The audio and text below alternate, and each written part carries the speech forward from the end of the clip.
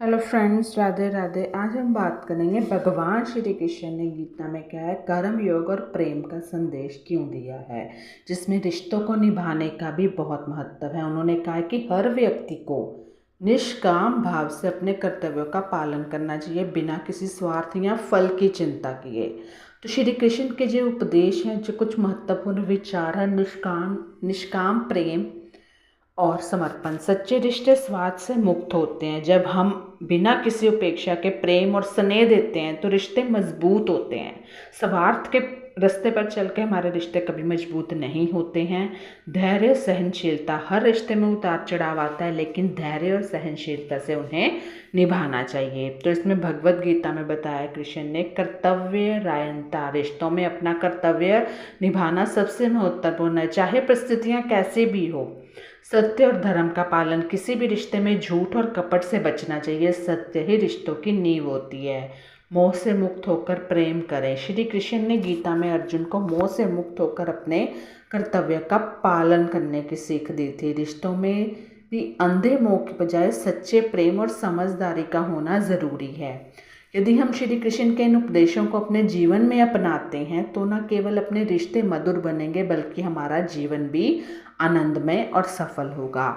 तो श्री कृष्ण इसे एक कहानी के माध्यम से बताते हैं कि किस तरह हमें अपने जो रिश्ते हैं उसको निभाते रहने का प्रयास कैसे करना है।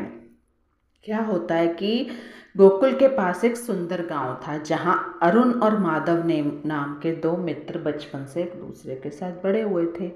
उनकी दोस्ती इतनी गहरी थी कि गांव के लोग भी उनकी मिसाल देते थे। वे हमेशा एक दूसरे की मदद करते, हर खुशी और गम में साथ रहते। लेकिन जैसे जैसे समय बीता, उनके बीच एक छोटी सी गलतफहमी आ गई, जिसने उनकी दोस्ती को तोड़ने की कगार पर ला दिया। अब थी गलतफहमी का बीज कहाँ से बोया गया। गांव में एक व्यापारी आया जो शहर में अनाज खरीद कर बेचता था।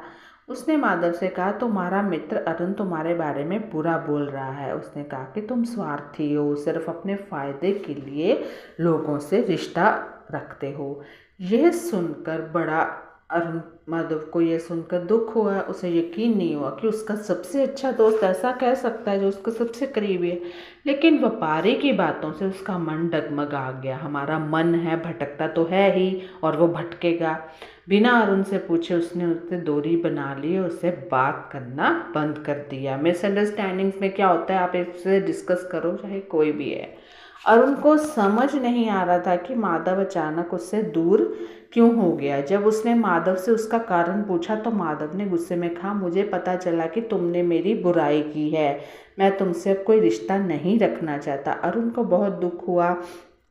उसने सफाई देने की कोशिश की, लेकिन माधव ने उसकी एक नहीं सुनी और वहाँ से चला गया। ये हर रिश्ते की एक कहानी है। हर रिश्ते में ऐसा होता है, किसी भी रिश्ता हो कि मिसअंडरस्टैंडिंग्स होती है, लेकिन उनको क्लियर करना, प्रेम निभाना आना चाहिए। अरुण दुखी मन से गांव के मंदिर में गया और भगवान श्री कृष्ण के सामने बैठकर रोने लगा। तभी एक वृद्ध संत वहां आए और बोले, बेटा तू इतना व्याकुल क्यों है। अरुण ने उन्हें पूरी बात बताई। संत मुस्कुराए, बोले, क्या तुमने कभी देखा है कि सूरज किसी के अनुरोध पर चमकना बंद कर दे, हवा किसी के कहने पर बहना छोड़ दे? नहीं ना। तो इसी तरह अगर तुम्हारा प्रेम सच्चा है तो तुम्हें बिना किसी अपेक्षा के अपने मित्र के प्रति अपना कर्तव्य निभाते रहना चाहिए। अगर तुमने कोई चुगली बात करी नहीं है तो तुम्हें डरने की ज़रूरत नहीं है। वो कोई वक्त होता है जब कोई मिसअंडरस्टैंडिंग्स आ जाए, या कहते हैं कि थोड़ा सा चेंज हो गया। अरुण ने संत की बात को ध्यान से सुना और माधव से कोई शिकायत नहीं की, ये ठान लिया। मित्रता की परीक्षा। कुछ महीनों बाद गांव में बाढ़ आ गई। तेज बारिश से कई घर बह गए और कई परिवार बेघर हो गए। माधव का घर भी बुरी तरह क्षतिग्रस्त हो गया था। उसके परिवार के पास खाने पीने के लिए कुछ नहीं बचा था। तो जब अरुण को यह पता चला तो वह बिना कुछ सोचे समझे माधव के घर पहुंचा। उसने उसके लिए भोजन, कपड़े ला कर दिए। माधव पहले तो झिझका, लेकिन फिर उसकी आंखों में आंसू आ गए। तो उसने कांपती आवाज़ में कहा, अरुण मैंने तुम्हें कितना गलत समझा, तुमने फिर भी मेरी मदद की, मुझे माफ़ कर दो। अरुण मुस्कुराया, बोला, मित्र तुम्हें माफ़ी की ज़रूरत नहीं होती, बस विश्वास और प्रेम होना चाहिए। मेरे मन में तुम्हारे प्रति इस तरह की कोई भावना नहीं थी। यानी कि अगर आपका प्रेम सच्चा है, किसी से भी है, तो आपके अंदर जो फीलिंग्स है वो सामने वाला आपको जो कुछ भी कहेगा ना, आप डगमगाओगे नहीं, है ना। कुछ दिन बाद गांव के उसी व्यापारी का सच सबके सामने आ गया। वह झूठी बातें फैलाकर लोगों को आपस में लड़ाता था ताकि उसका व्यापार चलता रहे। माधव माधव को भी अपनी गलती का एहसास हुआ और उसने फिर कभी अफवाहों पर विश्वास नहीं किया।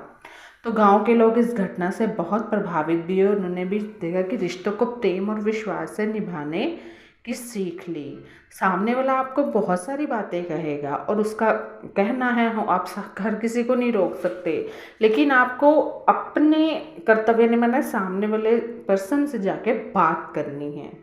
रिश्ता विश्वास और धैर्य से निभाए जाते हैं, ना कि संदेह और क्रोध से। गलतफहमियों को बढ़ाने से पहले सच्चाई को परखना ज़रूरी है। सच्ची दोस्ती स्वार्थ से परे होती है और कठिन समय में उसकी असली परीक्षा होती है।